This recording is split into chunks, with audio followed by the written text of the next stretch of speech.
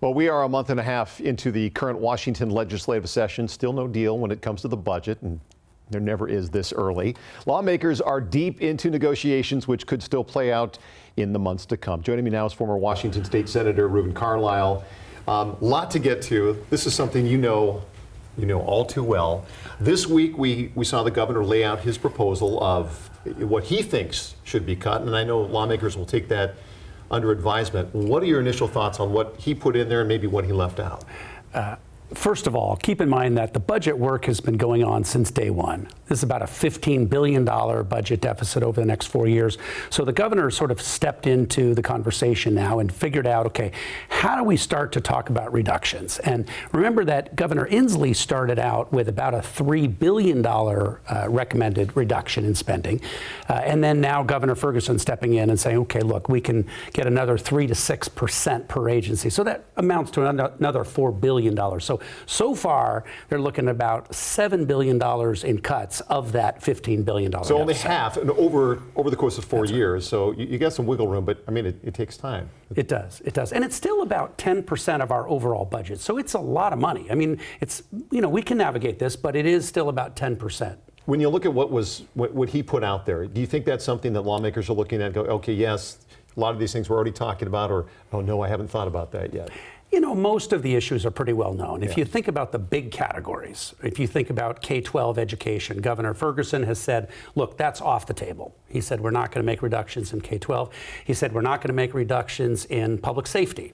He said, we're not going to make, a handful of reductions in other law enforcement investments. And, that means, of course, that you're going to have reductions in other places, like Medicaid and higher education. So all of a sudden, individual legislators have pretty strong feelings about those issues, too. Even when he came up with this, and you just mentioned this, with those cuts, you were only talking about 50%, which when he held his news conference this week, he was, of course, asked about whether that meant maybe raising taxes, and I think we can play that for you. Yeah.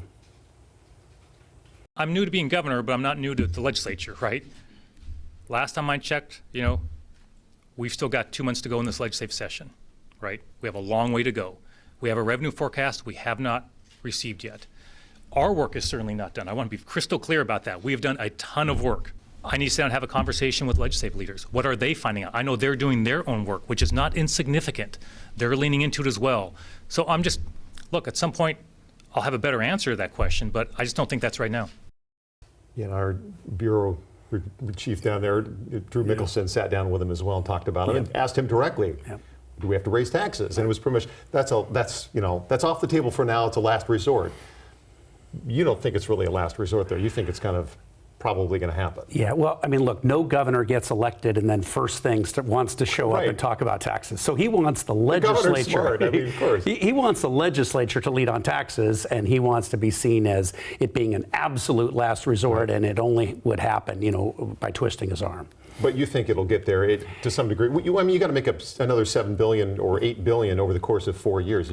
That's right. Well, especially since he said K-12 is off the table, public safety is off the table, homeless programs, and he wants to give a substantial salary increase to state employees through their collective bargaining agreement. So the combination of that means a lot's off the table in his view, and the legislature may or may not agree with every one of those. And this seems insurmountable when you look at it. Going, how are we going to come up with $8 billion?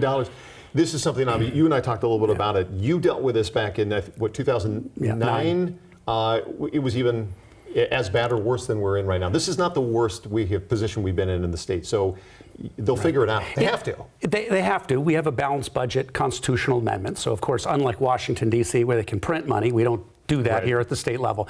But keep in mind that the recession that we had in 2009 was really dramatic and substantial.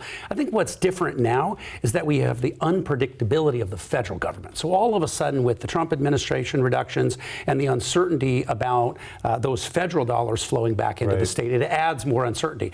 So Governor Ferguson and his proposal to take about $1.5 billion of the state savings account, that factors into that dynamic as well. Do you have to kind kind of just budget for that, but you have to be a little more conservative with your figures because you don't know what's going to come from the Fed or not come from the Fed. I think there's a strong case to be made that this is a time to be extra cautious about emptying your savings account or taking too much out of it. There's so much going on. I know we'll talk again about it next Friday. That's right. Maybe we'll have some more updates. That's right. Reuven Carlyle. It's going fast. Yep. Thanks so much.